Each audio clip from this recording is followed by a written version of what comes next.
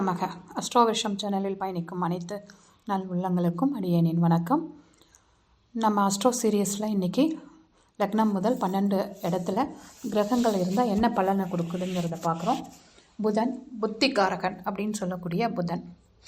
இதை பார்க்கும்போது மறைந்த புதன் நிறைந்த கல்வி அப்படின்னு சொல்லுவோம். மறைந்த புதன் நிறைந்த கல்வின்னு எதுக்கு சொல்கிறோம் இந்த ப்ராவர்பு அப்படின்னா, புதன் காலபுருஷ தத்துவப்படி 3-6 கூடியவர். 3ஆம் இடமும் 6ஆம் இடமும் மறைவு ஸ்தானம். அதனால் மறைந்த புதன் நிறைந்த கல்வி அப்படின்னு சொல்கிறோம். லக்னத்துக்கு 12ல் ஒரு மறைஞ்சதுனாவோ 6, 8, 12 புதன் இருக்கும்போது அவங்க கல்விமானாக தான் இருக்காங்க.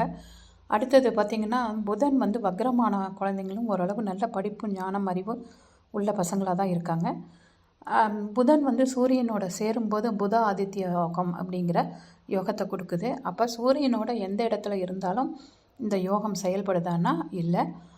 புதனோட 2 வீடுகள் ஆட்சி உச்ச வீடுகள், அப்புறம் சூரியனோட ஆட்சி உச்ச வீடுகளில் இருக்கும்போது தான் அதிக பலனை செய்யுது அப்படிங்கிறத நம்ம சொல்லலாம்.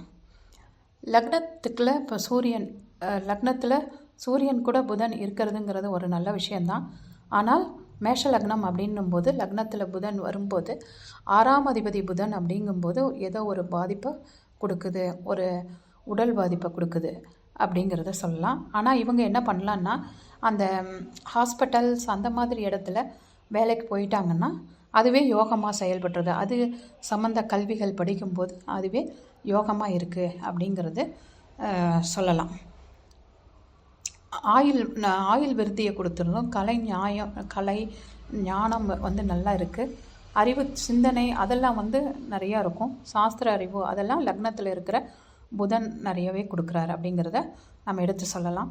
2ஆம் இடத்துல புதன் அப்படிங்கும்போது நல்ல குடும்பம், அது ஆட்சி உச்சம் இருந்தால் நல்ல மதிப்பு பெயர் புகழ் எல்லாமே வருது.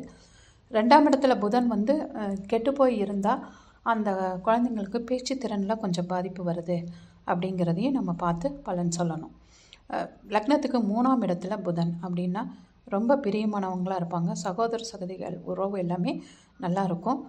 சகோதரர்கள் நல்ல ஒரு அறிவுள்ள புத்திமானாக இருப்பாங்க அப்படிங்கிறத சொல்லலாம். 3ஆம் இடத்துல புதன் இருக்கிறவங்களுக்கு மீடியா ரிலேட்டட் ஜாப் இந்த மாதிரி விஷயத்தில் நல்ல ஒரு முன்னேற்றத்தை கொடுக்குது. இப்போ ஜேர்னலிசம் அந்த மாதிரி பேப்பர் ரிலேட்டட் ஒர்க்கு இதெல்லாம் எழுத்து கலை அதெல்லாம் நல்ல ஒரு முன்னேற்றத்தை கொடுக்குது. லக்னத்துக்கு 3ஆம் இடத்துல புதன் இருக்கும்போது நல்ல விஷயத்தை செய்யுது அப்படிங்கிறத நம்ம சொல்லலாம். லக்னத்துக்கு 4ஆம் இடத்துல புதன் அப்படிங்கும்போது படிப்பு ஆற்றல் எல்லாமே நல்லாயிருக்கும். ஆட்சி உச்சம் இருக்கிறது நல்ல சிறப்பு அப்படிங்கிறத சொல்லலாம். லக்னத்துக்கு 5ஆம் இடத்துல புதன் அப்படிங்கும்போது புத்திர விருத்தி குறைவு அப்படின்னு சொல்லுவோம். ஜென்ரலாகவே 5ஆம் இடம் அப்படிங்கும்போதே புதன் வீடாகவே இருந்தாவே புத்திர தோஷம் அப்படின்னு சொல்லுவோம். அதுபோல் தான் 5ஆம் இடத்துல எந்த லக்னம் இருக்குங்கிறத பார்த்து 5ல் புதன் இருக்கான்னு பார்த்து அவரோட நிலைப்பாடை பார்க்கணும். அவருக்கு சாரம் கொடுத்தவரை பார்க்கணும். இது ரெண்டும் பார்க்காம புத்திரர் குறைவு அப்படிங்கிறத நம்ம எடுக்கக்கூடாது. ஏன்னா ஜென்ரல் அது ஒரு வேர்டு, ஆனாலும் அதெல்லாம் பார்த்து தான் நம்ம பலன் எடுக்கணும். ஏன்னா புத்திரர் குறைவுன்னு இமீடியட்டாக நம்ம சொல்லிடக்கூடாது. தெய்வ பக்தி அதிகமாக இருக்கும்.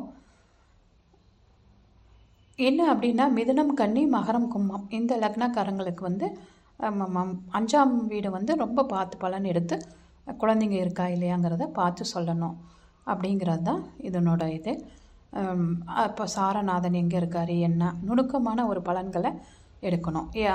அதோட இல்லாமல் 3ஆம் இடம் என்ன பண்ணுறார், 3ஆம் அதிபதி என்ன பண்ணுறார் இதெல்லாம் பார்த்துட்டு தான் அவர் குழந்தைகள் பற்றின விஷயத்தை நம்ம ஆழ்ந்து பலன் எடுத்து தான் சொல்லணும். 6ஆம் இடம் மறைவு ஸ்தானம் அப்படிங்கிறோம். இவர் பேச்சால் எல்லாரையும் மயக்குவார். பேச்சு இவர் பேச்சில் பேசினாலும் பாதிக்கப்படுபவரும் எதிரிகளும் உருவாவாங்க இவங்க பேச்சு திறமையினால். அதனால் அது பார்த்து செய்யணும். இவங்க இருக்கிறது சோஷியல் சர்வீஸ், அரசு பேச்சாளர்கள், அரசு மேடை பேச்சாளர்கள், கட்சிகள்லாம் பேசுகிறாங்கள்ல மேடை பேச்சில், அவங்களாம் 6ல் புதன் இருக்கிறவங்களாம் மேக்சிமம் இருப்பாங்க. அது நீங்கள் பார்த்திங்கன்னா உங்களுக்கே புரியும். 7ஆம் இடத்துல புதன். 7ஆம் இடத்துல புதன்கிறது நல்ல ஒரு விஷயத்தை தான் கொடுக்கும் திருமணம் சம்மந்தப்பட்ட விஷயத்தில். ஆனால் பாவிகள் சேராமல் தனித்த புதனாக இருக்கிறது தான் ஆப்போசிட் ஸ்பௌஸ் வந்து நல்ல விதத்தில் அமைவாங்க அப்படிங்கிறத சொல்லலாம். 8ஆம் இடத்துல புதன் அப்படிங்கும்போது தீர்க்காயில், பெரும்பணம், தனவரவு இதெல்லாம் இருக்கும். ட்ரேடிங் செய்கிறவங்க, அப்புறம் சுக்கிரன் நல்லா இருந்து இவங்க வந்து புதன் 8ல் இருக்குன்னா அவங்க வந்து இந்த ஷேர்ஸ் பண்ணுறவங்க, அப்புறம் புரோக்கர்ஸ்ன்னு சொல்லுவோம் இல்லையா, அவங்க மீடியேட்டர்ஸாக இருந்து அந்த கமிஷன் ஏஜென்ட்ஸ் அவங்கெல்லாம் வந்து இந்த மாதிரி இருப்பாங்க.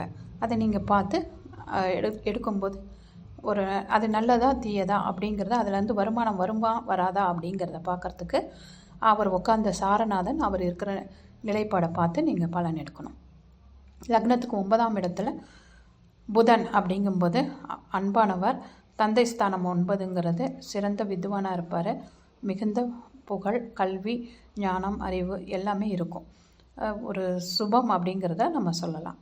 10ஆம் இடத்துல புதன் அப்படின்னும்போது தனுசு லக்னத்துக்கு ரொம்ப நல்லாயிருக்கும். மற்ற லக்னங்களை கொஞ்சம் பார்த்து எடுத்து சொல்லணும். 10ஆம் இடம் அப்படிங்கும்போது கொஞ்சம் பார்த்து தான் அவர் உட்காந்த சாரநாதன் இதெல்லாம் பார்த்து பலன் எடுத்து சொல்லணும். ஆனால் நல்லது தான் அப்படிங்கிறத சொல்லலாம். 11ஆம் இடத்துல புதன் அப்படிங்கும்போது தனவரவு அதிகமாக இருக்கும். தீர்க்காயில் கொடுத்துரும். லாபஸ்தானம் அப்படிங்கிறதுனால தீர்க்காயில் இருக்கும். புதன் சம்மந்தப்பட்ட தொழில்கள் ஏதாவது எடுத்தாலும் அவங்களுக்கு நல்ல ஒரு விஷயத்தை கொடுத்துரும் அப்படிங்கிறத சொல்லலாம். 12ஆம் இடத்துல புதன் அப்படிங்கும்போது மறைத்து பேசுபவன் சொல்லலாம். ஆட்சி உச்சம் பெற்றா நல்ல நிலைன்னு சொல்லலாம். 12ஆம் இடத்துல இருக்கிற புதன் வந்து ரேவதி நட்சத்திரத்தில் இருந்து அது வந்து ஒரு நல்ல பலன் தான் செய்யுது. ஒரு நீச்சத்துக்கான ஒரு பலனை கொடுத்துட்டு தென் அதுக்கப்புறம் ஒரு நல்ல ஒரு பலனை தான் கொடுக்குது அப்படிங்கிறத நம்ம எடுத்துக்கலாம். நல்ல படிப்பு, ஞானம், அறிவு இதெல்லாமே கொடுத்துருது அப்படிங்கிறத நம்ம எடுத்துக்கலாம். வாழ்க வளமுடன்.